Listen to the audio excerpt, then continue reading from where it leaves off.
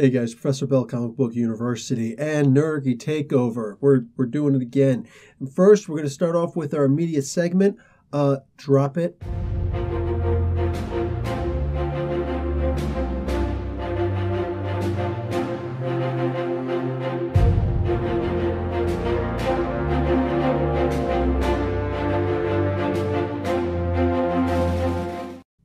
All right, so let's get into the comics for the week. Hawkman Found. This is a one-shot. This is a Dark Metal Knights tie-in.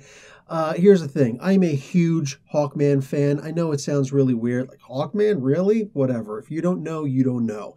I like Hawkman, love the character, and this was a really good comic book for me. The trick is, I know how biased I am. So, I'm trying to get as many people as possible to give me their own opinion on the comic book. So if you have read it, by all means, hit me up here, Twitter, the comments of the video, see what I've got to say about it, all that good stuff. I'm genuinely curious what non-super fans have to think about it. That being said, Doomsday Clock, issue number 2. The first Doomsday Clock did not impress. It utterly failed to impress me. No clue as to what's freaking going on. More questions than not, and for something to be so hyped, it should have been a lot better.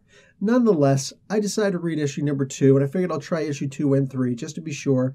A whole lot better in this one. All right, a whole lot better. I don't have any problems with continuing with the story now because Jeff Johns has amped it up just a little bit. We got a whole good story. Mariette and Mime are turning into two of my favorite characters. Like, these two are great. And Dr. Manhattan does actually return for this. On top of that, this Rorschach thing, he's got a fetish for pancakes, apparently. The problem is, he's eating them in Bruce Wayne's mansion.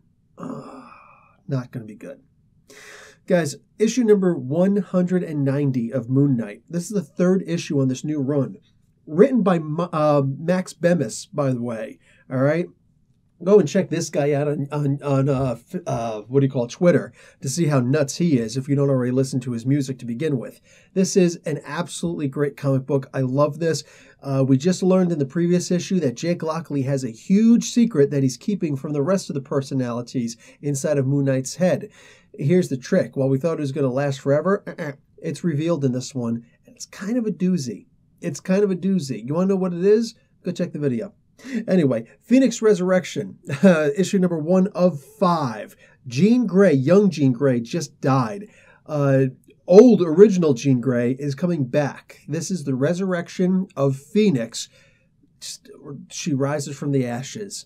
And seeing where she is and the crazy stuff that's happening here, it's like something out of Stranger Tales. I'm not joking. I'm not exaggerating. I'm not trying to amp it up anymore. I don't need to. This is a fantastic comic book that absolutely tripped me out. It's pretty good. It's pretty good. Thanos, issue number 14. All right, so we got a futuristic Ghost Rider who used to be a Herald of Galactus and Old Man Thanos pulling proper Thanos from the past, our present, into the future. You know, future, present for them. Anyway, and we also find out Thanos' original birth name. I'm not going to tell you what it is. I'm not going to tell you what it is. Not here. That's in my video. Then I tell you what it is. But we get to see that what he wants to bring death back somehow. Thanos and death, man. I don't even know what else to say about that. After that, we got Wonder Woman, issue number 37. How can I break this down in just 3 words? Darkseid versus Zeus. Yeah, that does it. After that, Star Trek Boldly Go, issue number 15.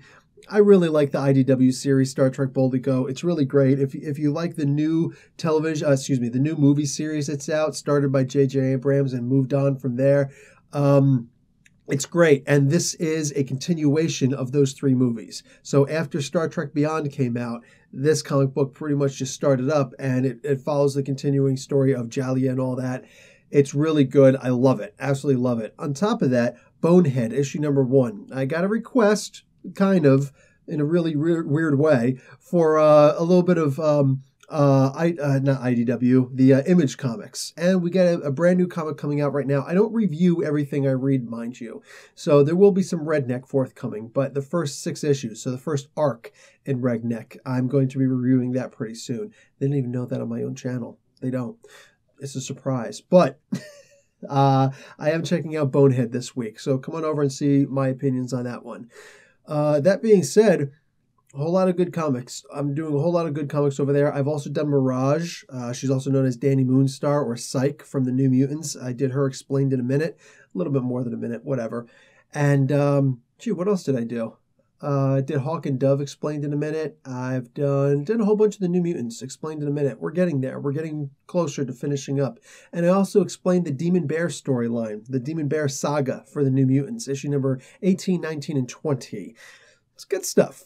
It's good stuff. So you want to know about the storyline, you want to check it out, you want to see is it worth it. This is also what the New Mutants movie is going to be based on next year. So I'm just saying, you might want to get a heads up to see what the movie's supposed to be based on. All right, guys, that's it for now. And let's move over to another segment where I'm going to give you an idea of what's going to happen in the Marvel FASERIP universe. Drop that one too.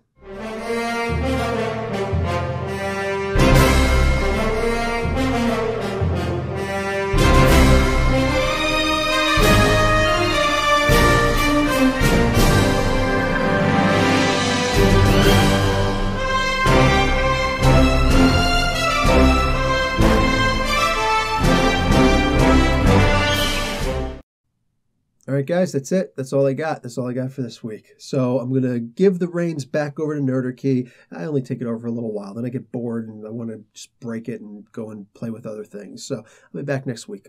Anyway, guys, Professor Bill, Comic Book University. Hit the tunes.